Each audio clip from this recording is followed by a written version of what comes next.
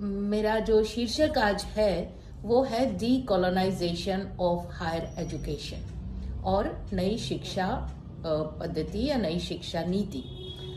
मैं थोड़ा अलग ढंग से आज के इस पूरे परिप्रेक्ष्य को आरंभ करना चाहूंगी और हम नई शिक्षा नीति को बाद में लेंगे। पहले मैं समझना चाहती हूँ कि क्या वाकई हम डीकोलोनाइजेशन का अर्थ जानते हैं? क्या हम समझते हैं डीकोलोनाइजेशन क्या होता है? हम सोचते हैं कि पश्चिम के विचारकों को पाठ्यक्रम से हटाकर भारतीय विचारकों को लगा देंगे तो ये डीकोलोनाइजेशन हो जाएगा। हम सोचते हैं हिंदी को अगर या मातृभाषाओं को अंग्रेजी की जगह लगा देंगे तो ये डीकोलोनाइजेशन हो जाएगा।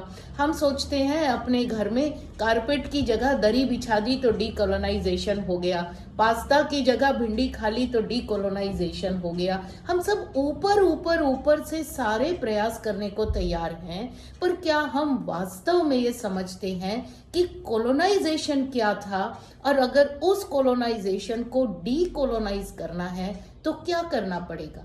अगर हम वास्तव में डीकोलोनाइज कर देंगे तो शिक्षा भी उसमें आ जाएगी। हमें अलग से शिक्षा के लिए कुछ तैयारी नहीं करनी पड़ेगी, लेकिन बार बार करनी पड़ती है।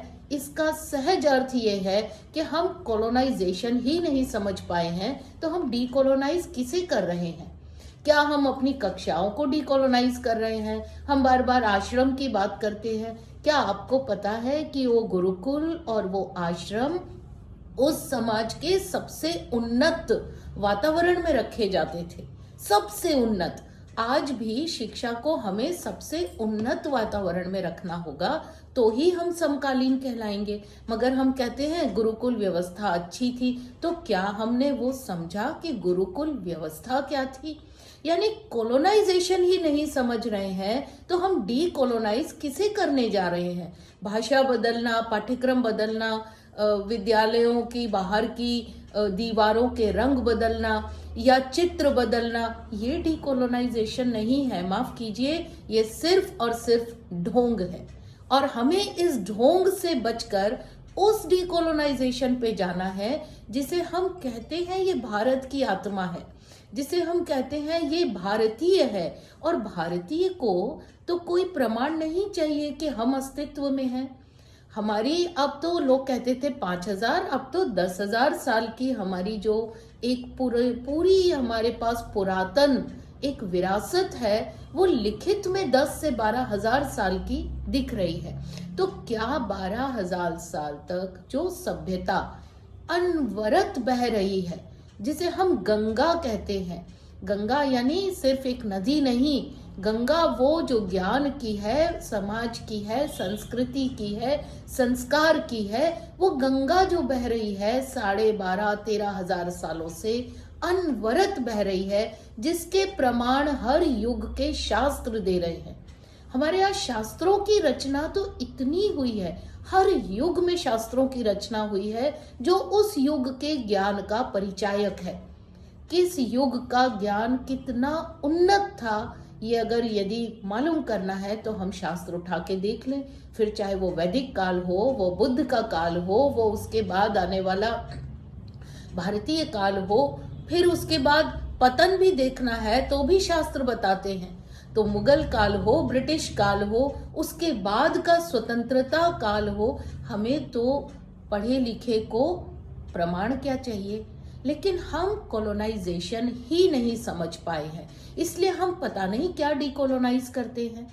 डीकोलोनाइज अगर हमें करना है तो पूरा का पूरा एक विमर्श बदलना होगा, पूरा एक सोच का तरीका बदलना होगा, हर तरह से वो विश्वास वापस मन में लाना होगा कि जो भारतीय है और जो भारतीय था वही अनवरत है, वही सम्यक है, वही उचित है।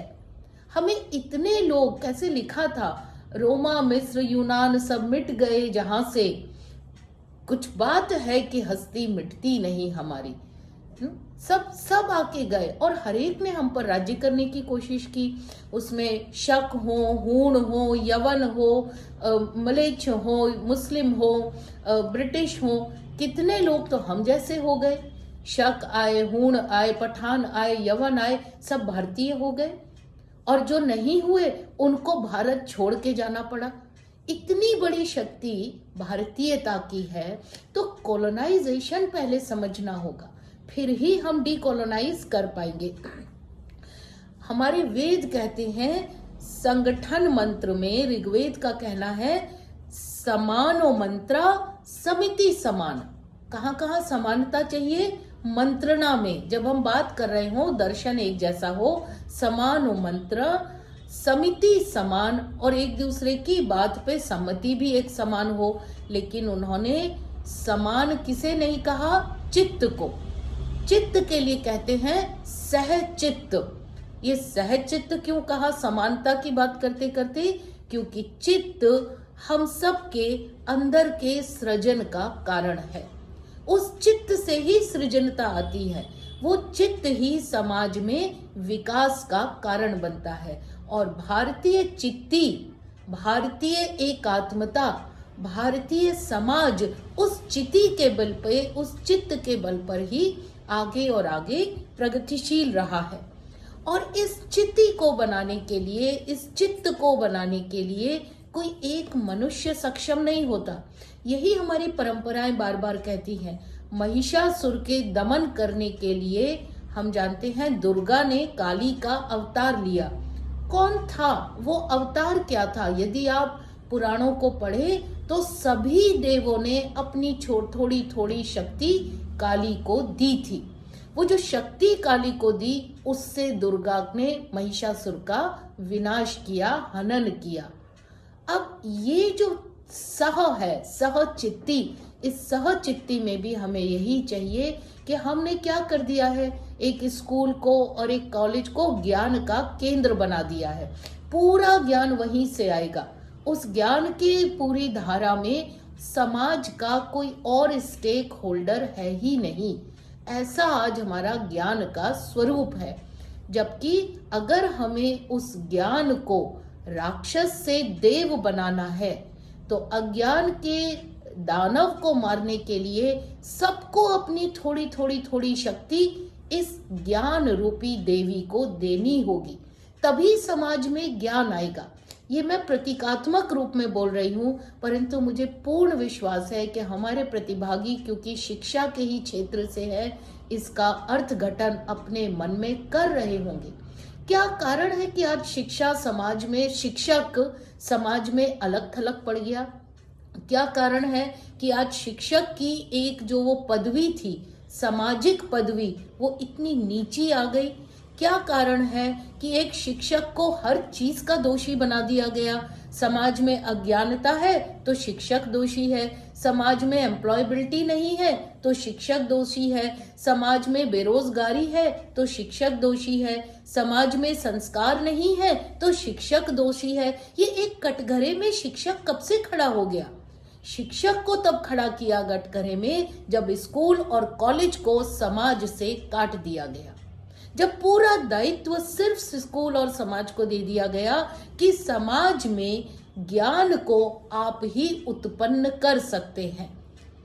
तो ये तो एक काली या दुर्गा बनाने वाली प्रक्रिया नहीं है हमारी। काली और दुर्गा तो समाज की सारी शक्तियों को इकट्ठा करके वृहत रूप दे तो ही काली बनेगी, तो ही उस अज्ञान का दमन होगा। तो पूरा विमर्श पहले हमें मन से बदलना होगा कि शिक्षक अकेला जिम्मेदार नहीं है। फिर कौन जिम्मेदार है? सबसे पहले गवर्नमेंट जिम्मेदार है, सरकार जिम्मेदार है। कैसे जिम्मेदार है? इसके लिए मैं आपको फिर पीछे इतिहास में ले जाऊंगी। 1832 में भारत की शिक्षा व्यवस्था बदली। अब ये बदली का क्या मतलब है? आप लोग सीधा मैकॉले को याद करते हैं, भूल जाइए मैकॉले को। मैकॉले एक व्यक्ति था, वो व्यक्ति इतना बड़ा कैसे हो गया कि 200 वर्षों तक राज्य कर रहा है? उस व्यवस्था को हमने अपना लिया। क्या व्यवस्था थी वो? व्यवस्था ये थी कि सारी शिक्षा की जिम्मेदारी सरकार की होगी। सरकार जहां चाहे वहां विद्यालय खोलेगी, जहां चाहे वहां विश्वविद्यालय खोलेगी, जो चाहे वो पाठ्यक्रम पढ़वाएगी, जो चाहे उस पाठ्यक्रम पर बैन करवाएगी, जो चाहे वो पाठ्यक्रम का पूरा मटेरियल सामग्री तैयार करवाएगी, उसी पाठ्यक्रम को किस क्षेत्र में पढ़ाना है ये निश्चय करेगी। सारा काम सरकार का। अब सोचिए आज भी यही नहीं हो रहा है, तो हम मैकॉले को क्यों कह रहे हैं व्यवस्था तो हमें स्वतंत्रता के बाद बदल देनी चाहिए थी। तो सरकार एक ऐसा स्टेक होल्डर है जिसे इस पूरी व्यवस्था से निकल जाना चाहिए। सरकारी कंट्रोल जब से आया तब से शिक्षा का पतन हुआ और शिक्षक नौकर बन के रह गया, सरकारी नौकर बन के। अब दूसरा प्रश्न बड़ा आसान है, ये तो सरकार पे सारा दोष डाल दो। सच बात है, सरकार तो पूरी दोषी हो गई। तो ये दोष क्यों लिया सरकार ने अपने सिर पर? कोई भी सरकार दोषी क्यों होना चाहती है? कोई भी सरकार विफल क्यों होना चाहेगी? कोई भी सरकार उस जिम्मेदारी को क्यों उठाना चाहेगी जो उसकी नहीं है? तो अब सुनिए, 1830 तक भारत में 5 लाख विद्यालय थे और कोई भी अशिक्षित नहीं था। मैकॉले कहता है अपनी रिपोर्ट में कि मैंने एक ऐसा देश देखा जहां कोई भी अशिक्षित नहीं है। 5 लाख विद्यालय। एक छोटा सा चट्टपलम एक डिस्ट्रिक्ट है, आज भी उसकी कलेक्ट्रेट की रिपोर्ट है कि वहां पे लगभग 6000 विद्यार्थी उस विद्यालय में पढ़ रहे हैं। उसकी रिपोर्ट है 1837 की। उसमें लिखा है कि 638 ब्राह्मण विद्यार्थी, 700 कुछ वैश्य विद्यार्थी, लगभग 500 क्षत्रिय विद्यार्थी और 4735 शूद्र विद्यार्थी उस विद्यालय में पढ़ रहे हैं। ये तो कलेक्ट्रेट का अपना डॉक्यूमेंट है, आर्काइव में मिलता है, कोई गढ़ी हुई कहानी नहीं है। कितने विमर्श हमने बदल दिए और उन विमर्शों को बदलकर हमने आंख मूंद कर विश्वास करके अपना शिक्षा का कितना बड़ा ह्रास किया है। हम क्या कर रहे हैं? क्यों पहले शिक्षा के इतने विद्यालय थे 5 लाख, और क्यों सरकार ने जब यहाँ अपना आधिपत्य स्थापित किया तो क्यों सरकार ने शिक्षा अपने हाथ में ले ली? कपड़ा व्यापार तो नहीं लिया, चीनी का व्यापार तो नहीं लिया, चाय का व्यापार तो नहीं लिया, बढ़ई को नहीं लिया, बिजली बनाने वाले को नहीं लिया, शिक्षक को क्यों लिया? क्योंकि शिक्षा को ओन करने वाले वो शिक्षक नहीं रहे।